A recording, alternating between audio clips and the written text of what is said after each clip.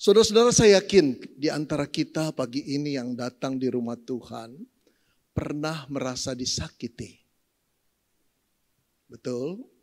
Konsekuensi manusia hidup dan bersosialisasi menyakiti dan disakiti.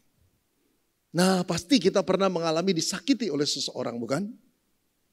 Entah itu dipermalukan oleh seseorang atau sekelompok orang, dibohongi, dikhianati, dibully baik dengan perkataan secara verbal ataupun dengan kekerasan tangan, saudara. Wow, rasanya sakit, bukan? Nah, bisa jadi setelah lewat bertahun-tahun rasa sakit yang menjadi kebencian yang makin lama makin mendalam itu tidak hilang. Kita terus ingat orang itu. Tidak mudah kita mengampuni karena perasaan sakit sudah menguasai diri kita. Saudara, seorang ibu beberapa hari sebelum dia meninggal, ketika dia berbaring di ranjang rumah sakit, memanggil putrinya. Putrinya sudah dewasa, lalu dia dengan lirih berbisik di telinga putrinya. Apa yang dia katakan? 32 tahun yang lampau, ayahmu berselingkuh dengan wanita lain. Dan mama tidak pernah bisa mengampuninya. Sakit sekali. Saudara, itu rahasia keluarga yang belum pernah sang putri dengar. Yang dia lihat kehidupan papa mamanya nampak harmonis. Saudara, beberapa hari kemudian ketika mamanya dikubur, sang putri memandang peti jenazah mamanya dengan linangan air mata. Yang pertama, dia merasa cerita itu begitu menyakitkan mama. Yang kedua, dia membayangkan perasaan mama hancur lebur menyimpan dendam, kebencian. Kenapa selama 32 tahun mama tetap tidak bisa mengampuni papa? Saudara, tidak mudah kalau sakit hati itu sudah begitu mendalam. Saudara, seorang anak muda curhat sama temannya di sebuah kafe. Anak muda itu berkata, bro, sampai mati gue gak akan maafkan cewek seperti itu. Gila itu orang. 4 tahun gue biayai dia kuliah.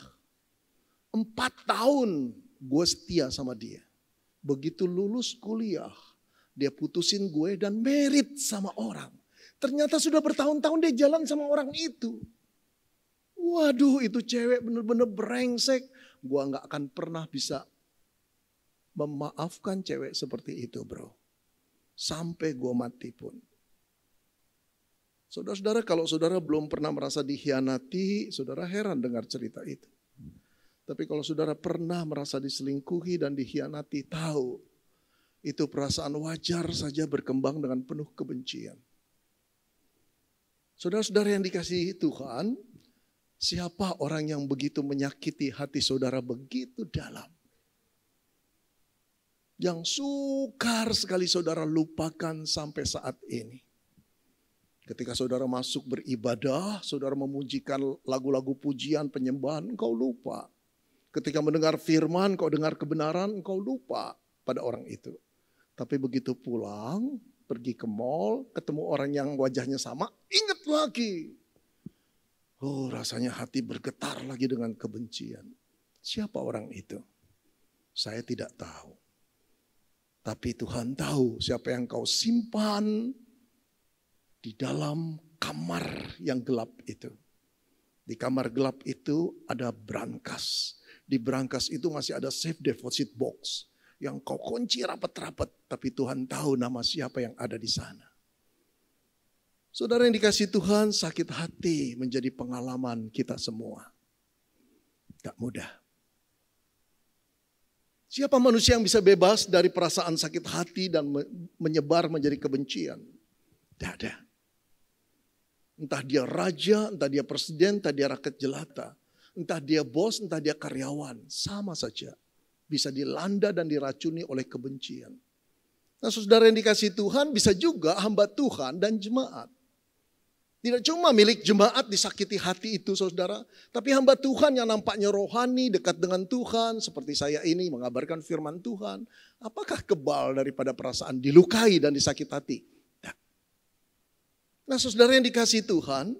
Pada waktu kita akan membaca perikop yang akan saya baca dari Matius 18. Ayat 21 sampai 35.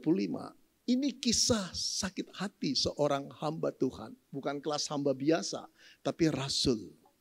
Rasul itu 12. Itulah murid Yesus yang Yesus pilih. Nama rasul itu Petrus. Kita baca ya. Beginilah firman Tuhan. Matius 18 ayat 21 sampai 35. Kemudian datanglah Petrus dan berkata kepada Yesus, Tuhan, sampai berapa kali aku harus mengampuni saudaraku jika ia berbuat dosa terhadap aku? Sampai 7 kali? Yesus berkata kepadanya, bukan. Aku berkata kepadamu bukan sampai 7 kali. Melainkan sampai 70 kali 7 kali.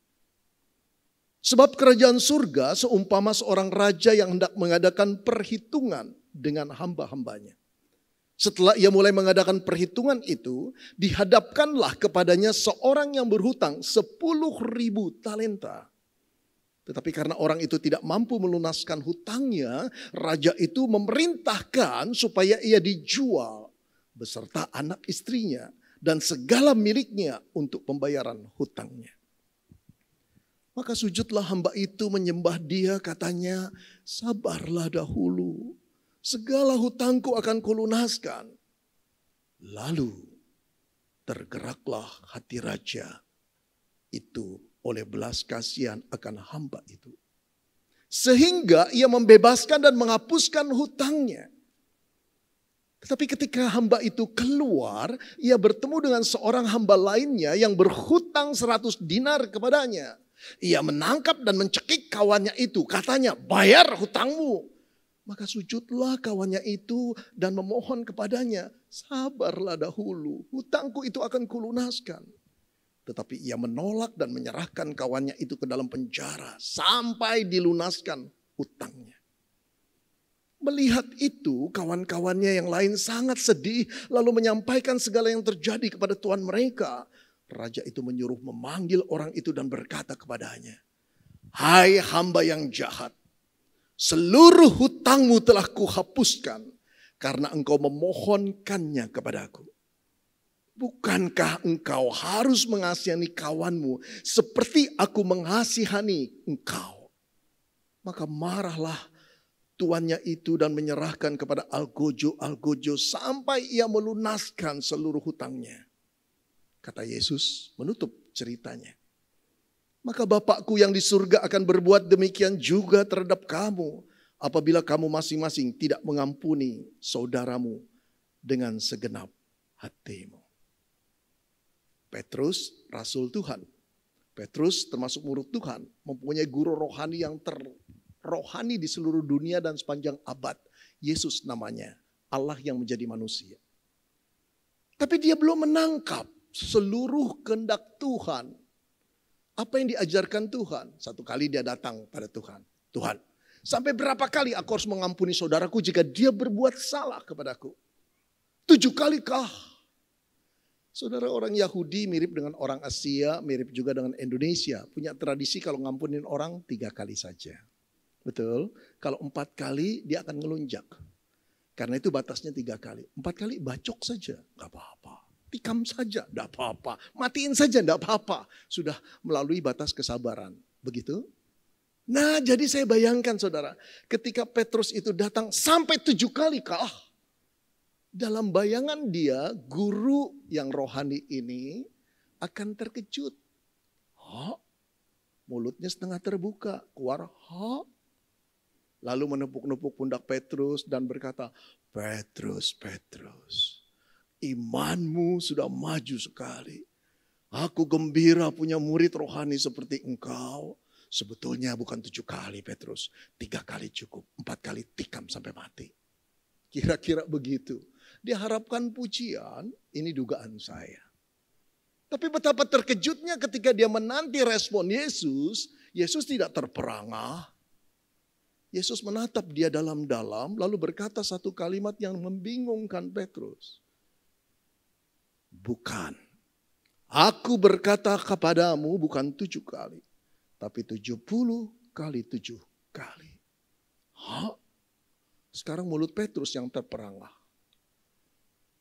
Berapa kali harus mengampuni orang yang bersalah kepadanya? Kata Tuhan Yesus. 70 kali 7 kali. 490 kali. Ada gak sih orang yang bersalah kepada kita sampai 490 kali? Tidak ada, Pak. Kerajinan ngitungin. Tapi kalau saudara rajin ngitungin, barangkali yang berkata, ada Pak. Siapa Bu? Yang mana Bu? Ini yang di sebelah saya. Suami saya Pak. Kami pacaran 12 tahun Pak. Itu saja sudah 4.900 kali Pak dia salah. Kok ibu masih mau merit sama dia? Ya emang gak ada pilihan lain Pak. Barangkali begitu.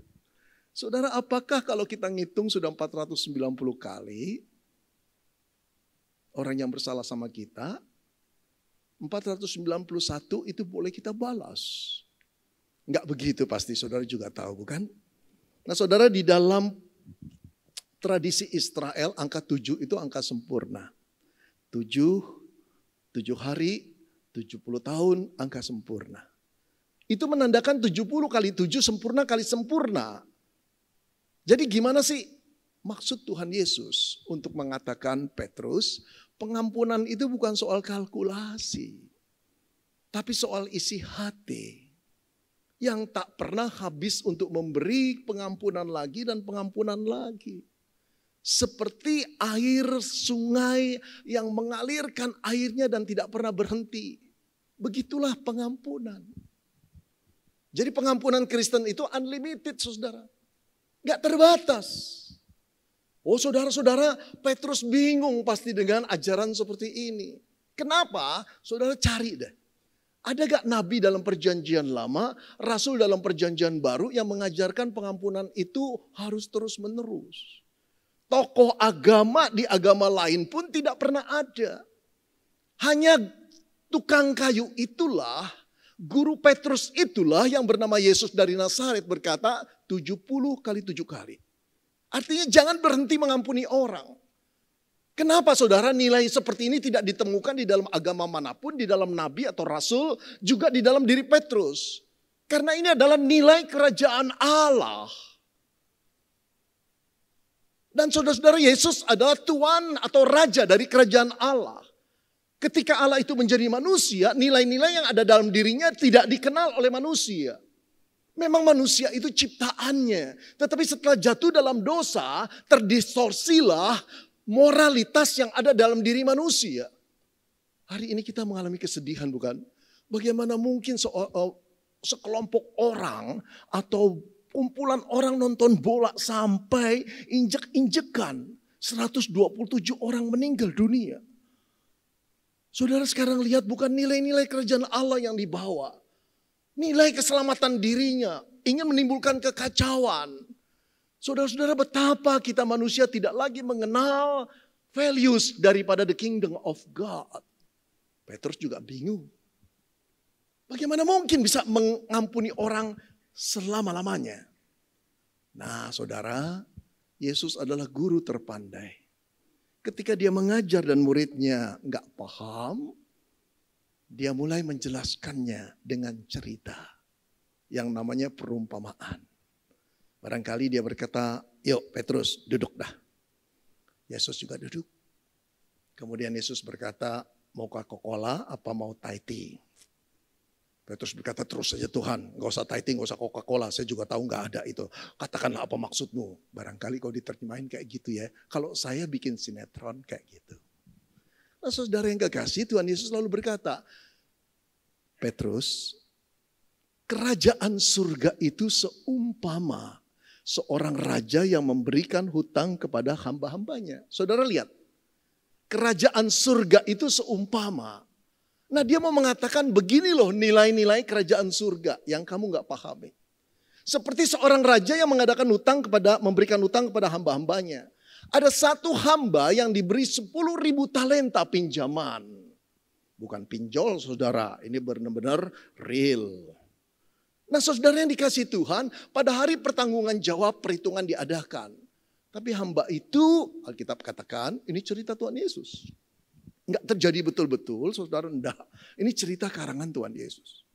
Tidak bisa mempertanggungjawabkan hutangnya pada hari pertanggungan jawab itu. Saudara-saudara yang dikasih Tuhan, barangkali kalau zaman sekarang surat panggilan pertama sudah dilayangkan, kedua dilayangkan, ketiga dilayangkan, enggak datang-datang. Tapi kalau sudah ketiga, tahulah hamba itu bahwa raja akan murka. Sebentar lagi pasukannya berpeloton-peloton akan datang ke rumahnya menangkap dia. Karena itu dia harus penuhi.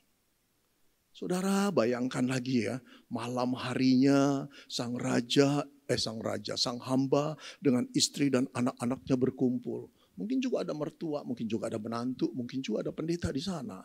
Kemudian mulai berdoa ngadakan biston. Mengerikan menghadap raja itu esok hari dengan tidak membawa apa-apapun. Dengan tidak bisa bayar. Nah kalau zaman sekarang saudara biston seperti itu pasti dipanggil hamba Tuhan untuk boleh mendoakannya. Supaya nanti bisa berjalan dengan sukses. Pasti lagu yang diangkat adalah mujizat itu nyata. Wah itu lagu yang paling populer. Ketika orang Kristen sesak dadanya, ketika orang Kristen terkejar hutang yang harus dibayar, lagu itu ajaib sekali. Ya, lagu itu dinyanyikan. Nah saudara, esoknya saudara saya membayangkan lagi nih. Atau boleh dong saya membayangkan. Dari pintu gerbang istana ketika penjaga berkata, boleh silakan Bapak, sudah ditunggu oleh raja. Hamba Tuhan itu sudah berlutut, berjalan dengan dua telapak tangannya dan juga dengan dua lututnya. Merangkak-rangkak dengan penuh gemetar, lalu merasa stres jiwanya, lalu sudah lemes bukan main, keringat dingin, gak berani natap raja. Tapi terpaksa berjalan pelan-pelan, sampai di depan tahta raja. Tiba-tiba raja berkata, bayar hutangmu. Itu kalimat yang betul-betul dia tidak ingin dengar. Tapi dia tahu pasti dia dengar. Gemetar, diam, jantungnya berdetak dengan keras. Dia tidak bisa bicara apa-apa lagi. Tapi dia harus jawab raja itu. Akhirnya keluarlah satu kalimat. Sabarlah, hutangku akan kulunaskan. Perhatikan, dia tidak berdalih dia nggak punya utang. Dia tahu dia punya utang dan dia tidak bisa hindari. Ada surat utangnya kok. Yang dia minta apa? Cuma perpanjangan waktu. Sabarlah, hutangku akan kulunaskan. Tapi yuk kita pikir, kalau dikasih perpanjangan 3 bulan, bisa dia membayar 10.000 talenta? Kalau dikasih 1 tahun bisa, kalau dikasih 10 tahun bisa. Saudara, mustahil. Dia tahu dia tidak akan mungkin bisa bayar, raja juga tahu. Kenapa? 10.000 talenta itu saudara satu jumlah yang memang sengaja saya kira. Tuhan Yesus menyebutkan satu angka yang hiperbol. Terlalu banyak. 10.000 talenta itu kekayaan yang terlalu banyak. Aset yang terlalu besar. Nah saudara, beberapa komentator, penafsir menyatakan begini. Raja Herodes yang kaya pada saat Yesus hidup di Nazaret itu. Raja Herodes punya aset cuma 900 talenta. Raja yang besar itu punya aset 900 talenta. Hamba ini dihutangin 10.000 talenta. Herodes cuma 9% daripada hutang hamba itu. Memang disengaja oleh Tuhan Yesus membuat satu jumlah yang tidak bisa terbayar. Jadi dikasih waktu berapapun kalau sudah gagal membayar itu berarti uang itu barangkali sudah diputarkan atau dihabiskan dan nggak mungkin kembali. Biasanya saat seperti itu orang akan berkata, aduh nyesel aku pinjem. Kenapa aku tidak hati-hati menggunakan uang itu? Aduh, kenapa aku tidak sadar bahwa hari pertanggungjawaban ini harus aku hadapi. Penyesalan terlambat bukan? Saudara-saudara yang normal, raja itu akan berkata, bayar hutangmu. Kenapa diam saja? Sabarlah. Segala hutangku kulunaskan. Sabar, sabar. Mau sampai kapan? Lalu dalam imajinasi kita semua, raja akan berkata, pengawal, tangkap orang ini. Jebloskan ke dalam penjara, sita rumahnya, seluruh asetnya.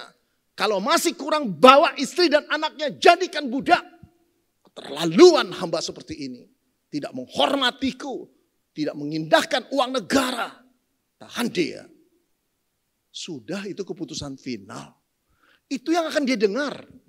Tapi Tuhan Yesus pandai sekali membuat cerita. Alkitab mengatakan, tetapi raja itu tergeraklah hatinya oleh belas kasihan. Ini unsur surprise yang tidak pernah diduga oleh siapapun, termasuk Petrus yang sedang diceritakan. Raja itu tergeraklah hatinya oleh belas kasihan. Lalu berkata, hambaku, jangan nangis lagi ya. Jangan merengek, sudah, aku tidak kuat. Melihat air matamu, udah, ku hapuskan hutangku. Oke, aku putihkan, kamu bebas. Saudara, bagaimana mungkin kalimat itu didengar dari raja? Saya percaya hamba itu enggak percaya dengan apa yang dia dengar. Dia pasang lagi matanya, dia pasang lagi telinganya untuk mendengarkan. Barangkali tanpa sadar dia berkata, apa aja? Hutangmu ku bebaskan, sudah ku putihkan. Oke. Yang benar, aku sudah ngomong 3 kali, hutangmu ku bebaskan. Kalau kamu masih belum ngerti, gak jadi ku hapuskan. Wow, gembira sekali bukan? Reaksinya gimana? Saudara-saudara, saya tidak pernah berhutang. Hampir tidak pernah deh. Saya lebih senang menggunakan debit card daripada kredit card. Ya, enggak saudara. Saya enggak cenderung berhutang. Saya mau apa yang saya punya, itu saja saya bayar. Nah, oleh karena itu saya enggak bisa merasakan orang yang berhutang banyak. Tapi saudara yang pembisnis, gitu ya. Saudara yang wira swasta, atau saudara juga yang sering terlibat hutang, tahu kan rasanya hutang, betul? Stres pasti. Stres. Nah saudara, seandainya saudara utang 60 M. Itu satu jumlah yang di luar jangkauan saudara. Disuruh nyicil seperti apapun 30 tahun gak akan kelar-kelar. Saudara tahu itu. Dan yang saudara hadapi itu pejabat yang luar biasa kekuasaannya. 4 kali lipat dari Sambo saudara. Saudara stres gak? Dia punya kekuasaan dan punya utang. Dia punya piutang. Engkau yang salah memang. Tapi ketika engkau menghadapnya sudah gemeteran, kali ini pasti gak bisa pulang, langsung masuk ke sel. Tiba-tiba dia tergerak hatinya oleh belas kasihan. Lalu berkata, Bapak, udah jangan nangis lagi, stop. Aku gak hitung lagi lah hutang itu. Hah? Di write off. Aku hapuskan. Oke, jangan bilang-bilang ya. Yang benar Pak. Saudara akan pulang dengan sorak-sorai. Saudara akan telepon istri saudara, anak saudara, hutang kita lunas. Saya membayangkannya, walaupun Tuhan Yesus tidak cerita, reaksi daripada si hamba itu, pelan-pelan dia bangun. Hutangku dibebaskan. Hutangku dibebaskan. Wow, dia lihat pengawal di sebelah-sebelah, hutangku dibebaskan. Lalu dia mutar-mutar di depan raja, loncat-loncat dengan sukacita, dia lari ke depan. Di depan itu ada penjaga, saudara. Dia peluk dan dia bersorak, hutangku dibebaskan, hutangku dibebaskan. Dia lari sepanjang jalan. Cuma satu beritanya, hutangku dibebaskan. Ada satu yang dia lupa mungkin. Dia tidak terima kasih sama raja. Karena apa? Karena ada perasaan yang begitu gembira. Apakah raja malah marah? Raja mungkin geleng-geleng kepala dengan senyum. Kenapa? Karena raja tahu dia lupa karena sukacita, hutangnya dibebaskan.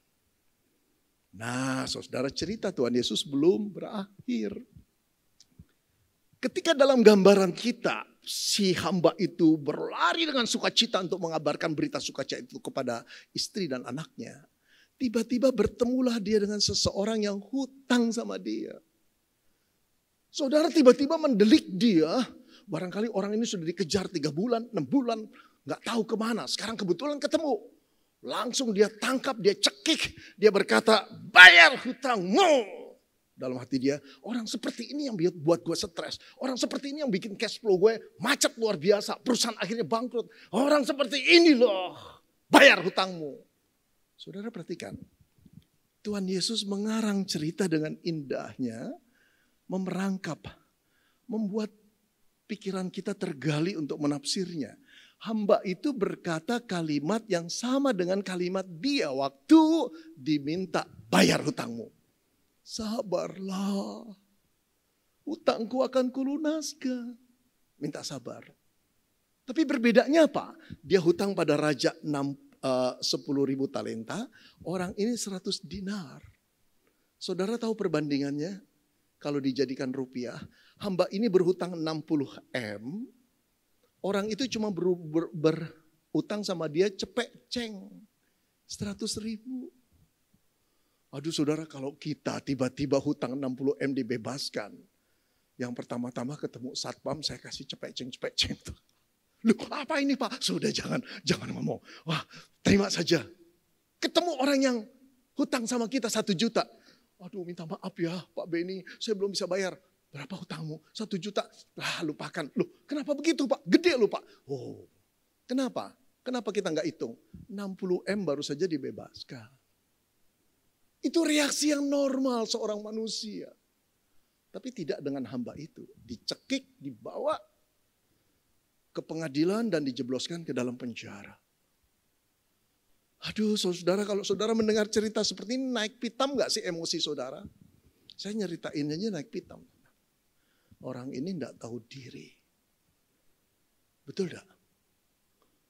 Saudara-saudara, hal itu didengar oleh pengawal-pengawal raja yang lain, lalu melapor pada raja. Naik pitamlah raja, panggil orang itu. Lalu ketika berhadapan dengan raja, engkau sudah kuampuni, kuhapuskan, tapi engkau masih berhitung kepada temanmu itu. Bukankah seharusnya kamu punya hati yang berbelas kasihan? Raja pun kesimpulannya sama dengan kita. Orang seperti ini gak tahu diri. Bo Cheng Li, itu istilah Yunaninya. Bo Cheng Li. Gak tahu aturan. Tapi tahukah saudara, sebetulnya pada waktu Yesus menceritakan ini, atau membuat cerita ini kepada Petrus, siapa sih yang dimaksud dengan manusia yang Bo Cheng Li itu? Pertama Petrus. Kedua pendengar yang lain. Yang ketiga orang Kristen masa kini. Yang keempat engkau dan saya. Bo Cheng Li. Tidak tahu diri. Kenapa enggak tahu diri? Saudara, kita menyimpan sakit hati di dalam hati kita. Begitu dalamnya kita kunci dia supaya tidak keluar. Dia jadi objek cacian kita ketika kita sendiri. Ketika kita dalam kebencian kita. Kita tidak pernah mengampuni dia seumur hidup kita. Hanya Tuhan yang tahu siapa yang kau simpan itu. Tapi tidak pernah kita menyadari bahwa kita adalah hamba yang telah dibebaskan hutangnya oleh Tuhan. Saudara pernah gak saudara mengalami di satu keadaan kau merasa tidak layak di hadapan Tuhan, kotor oleh dosa yang kau perbuat. Engkau menangis, entah itu di kebaktian, entah itu di kamar, entah waktu kamu mendengar sebuah lagu, entah waktu kamu menyetir mobil atau motor. Engkau merasa engkau kotor di hadapan Tuhan. Dengan air mata yang menjatuh engkau berkata, Tuhan aku tidak layak. Aku manusia berdosa. Aku layak dihukum dan dilempar ke neraka Tuhan. Tuhan please forgive me Lord. Kau minta ampun. Dan kau yakin Allah mengampuni engkau dan saya.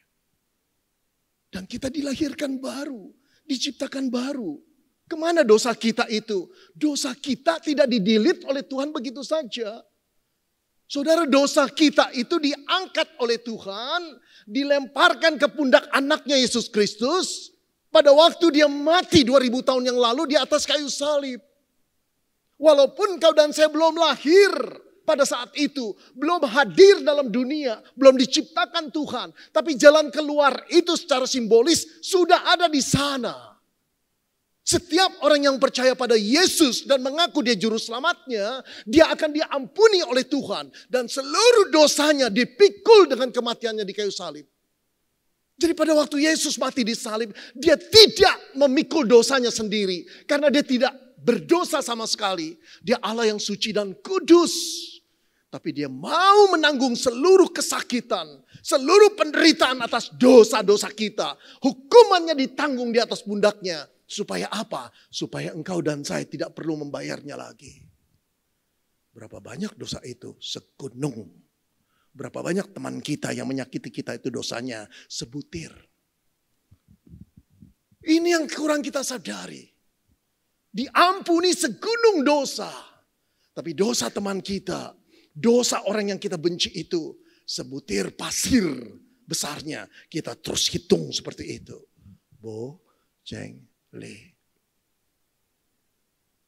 Saudara, setelah kita dilahirkan kembali, ketika kita sudah bertobat, diciptakan baru oleh Tuhan, dijadikan anak-anaknya, pertanyaannya, apakah kita tidak berdosa lagi? Gak ada yang berani jawab, bukan? Saya yang jawab, tetap berdosa. Saya juga begitu. Kita mungkin tidak secara sengaja melakukannya. Tapi perkataan kita bisa salah.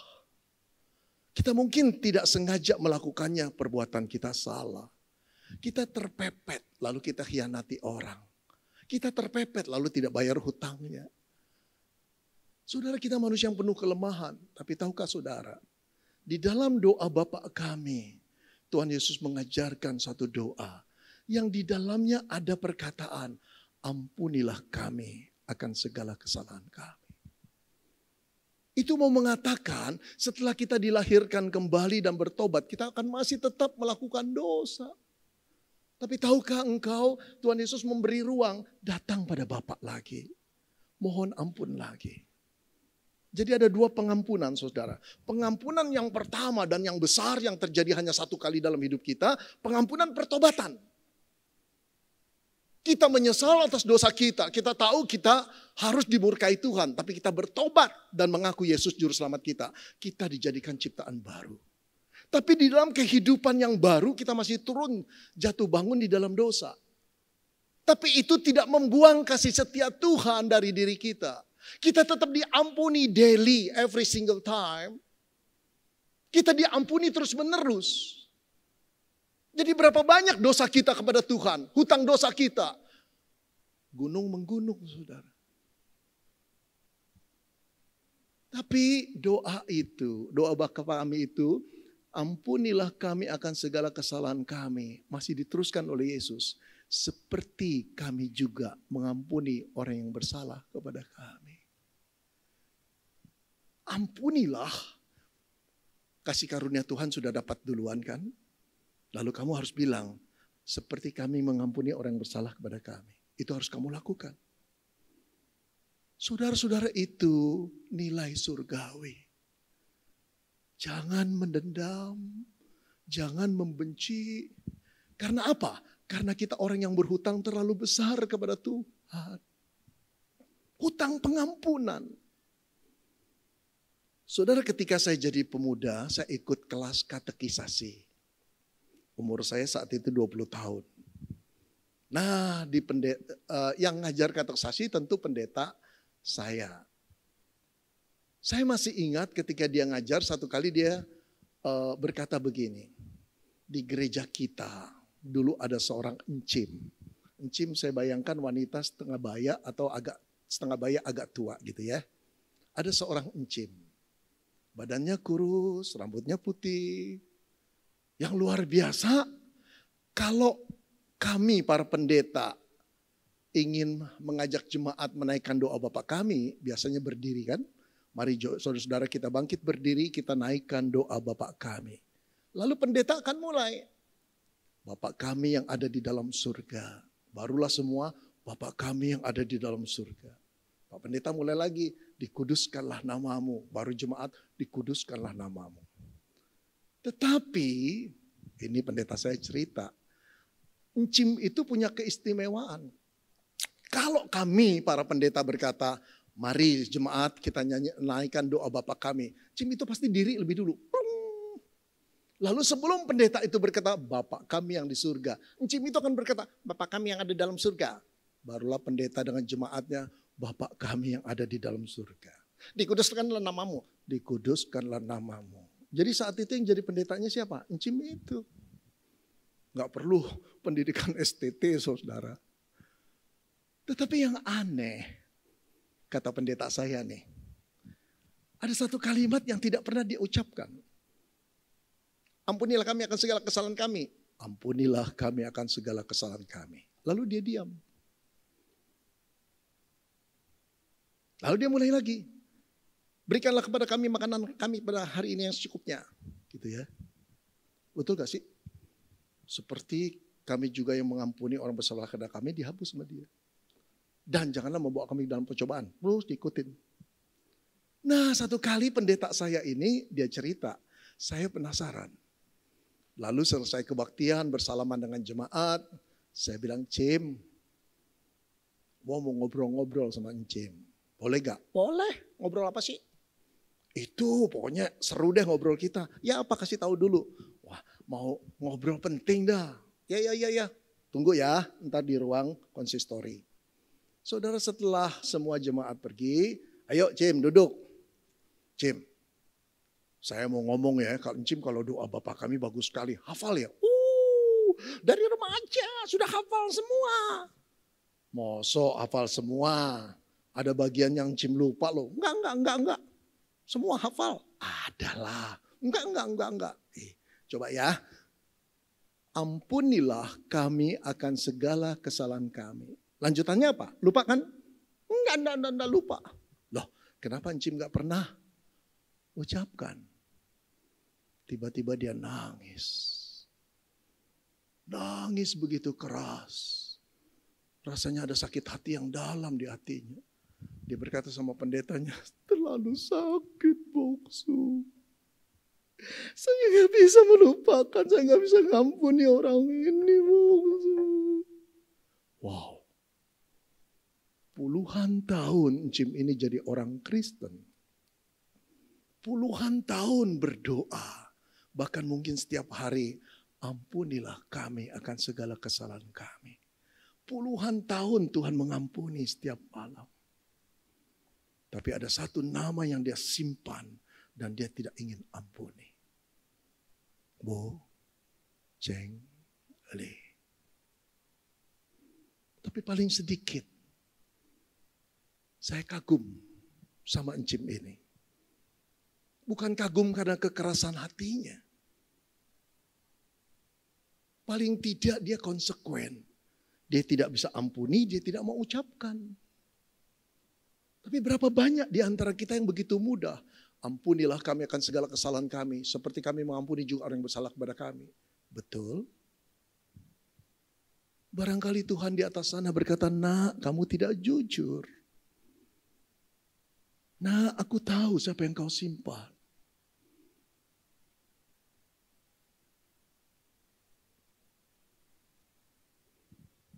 Saudara, siapa yang saudara simpan dalam hati saudara begitu lama? Petrus berkata, berapa kali harus mengampuni saudaraku? Saudaraku. Saudara artinya apa saudara? Orang yang pernah hidup sama-sama. Saudara berarti ada hubungan darah. Saudara bisa berarti kakak kandung, adik kandung, ataupun sepupu. Tapi saudara di masa kini bisa juga berarti saudara seiman, rekan kerja, rekan pelayanan. Saudara bisa berarti ibu mertua kita, menantu kita. Siapa yang kau simpan dengan sebutan saudara itu dalam hatimu? Mau sampai kapan saudara? Saudara, kenapa Allah meminta kita mengampuni? Karena kita orang-orang yang diampuni. Oke, fair ya. Saudara, kadang-kadang pengampunan itu tidak fair. Kita yang disakiti, kita yang diminta untuk mengampuni. Gila kan? Di mana logikanya? Kita nih yang korban. Kok yang dihukum kita suruh ngampuni? Dia yang dihukum.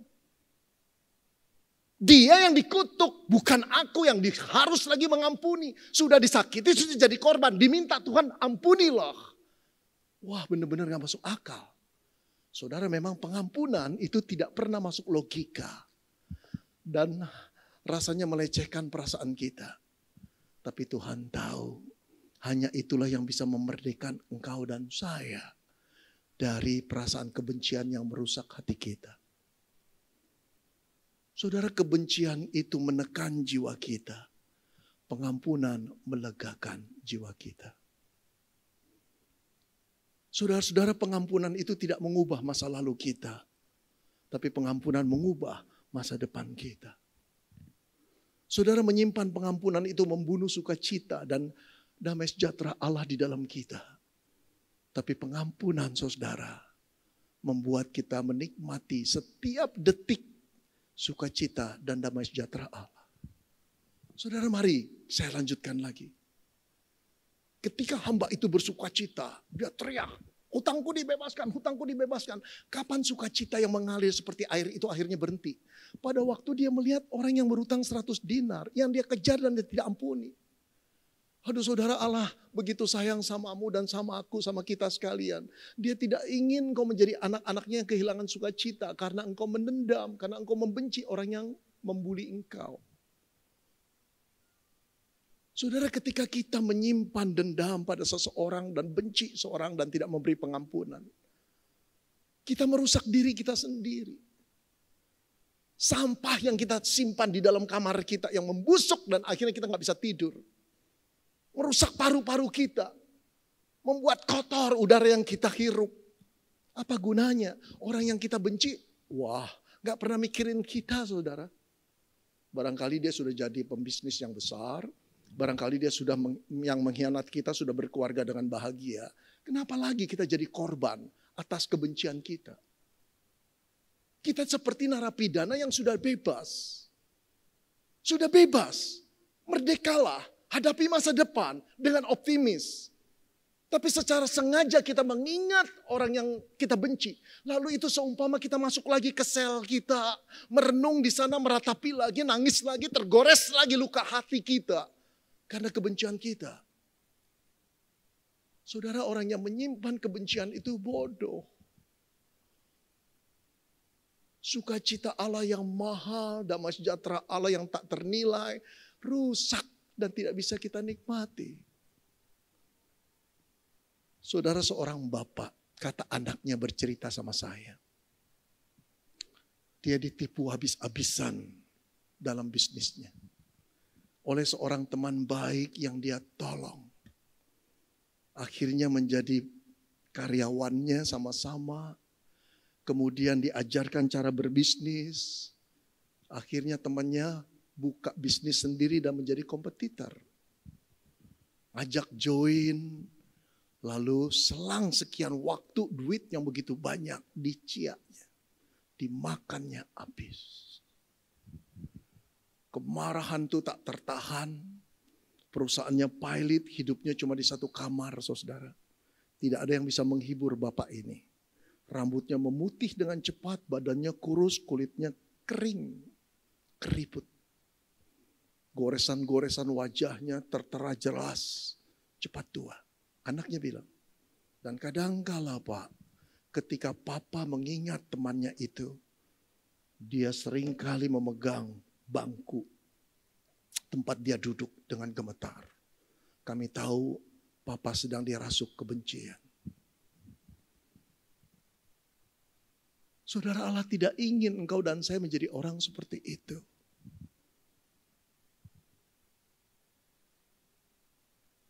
Oke lah, masa lalu itu telah terjadi. Tidak ada yang bisa merubah. Dan tidak mungkin dilupakan, betul? Segala sesuatu yang telah terjadi nggak mungkin memori ini menghapuskannya. Tapi mungkin hati ini mengampuninya. Jadi pengampunan dengan melupakan itu dua hal yang berbeda.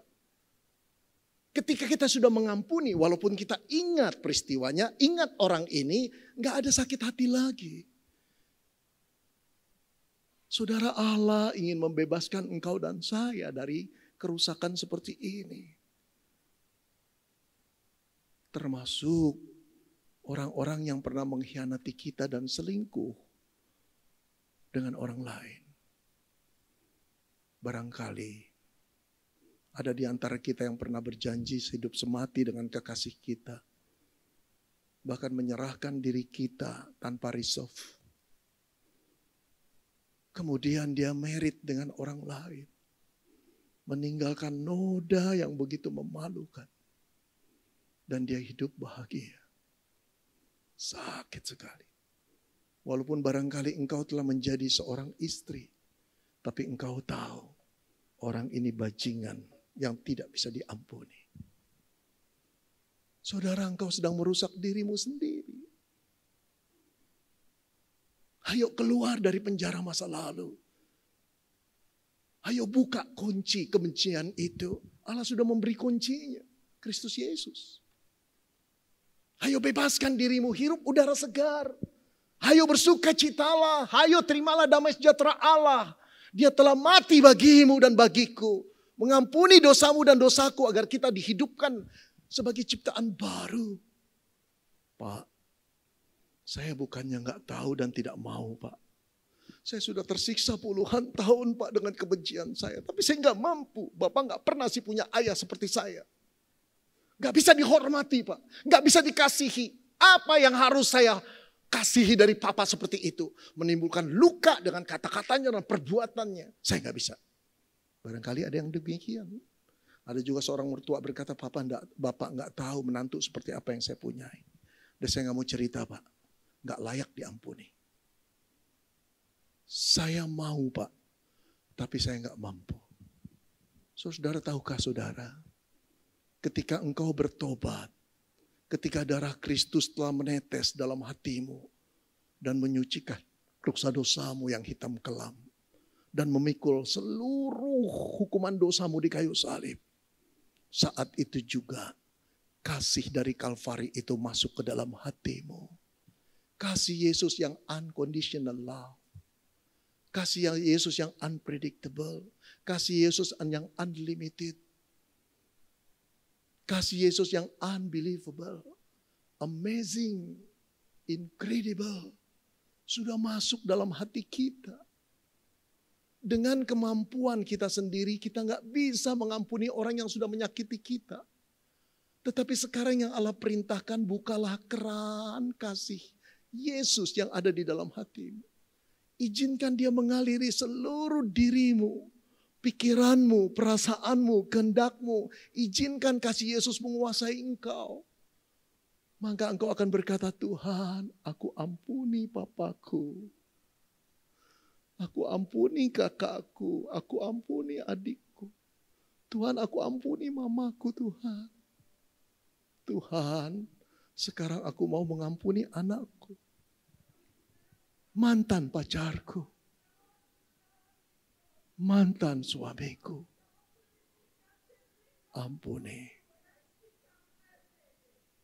Ampuni. Ibu tolong diam dulu ya. Ibu tolong diam dulu.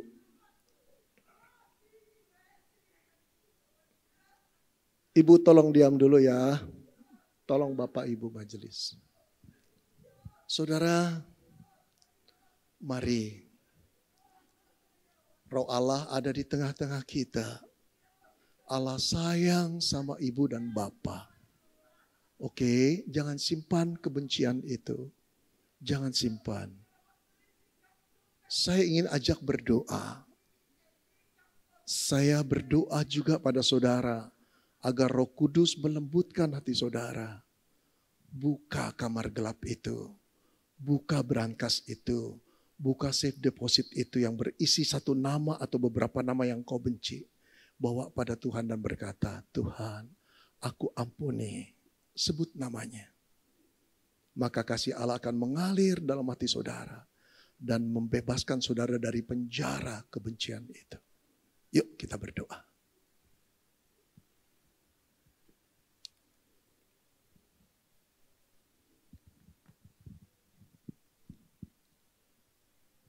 Saudara, ketika engkau mendengar firman Tuhan dan kau rasakan Roh Kudus bekerja di dalam dirimu, jangan keraskan hatimu.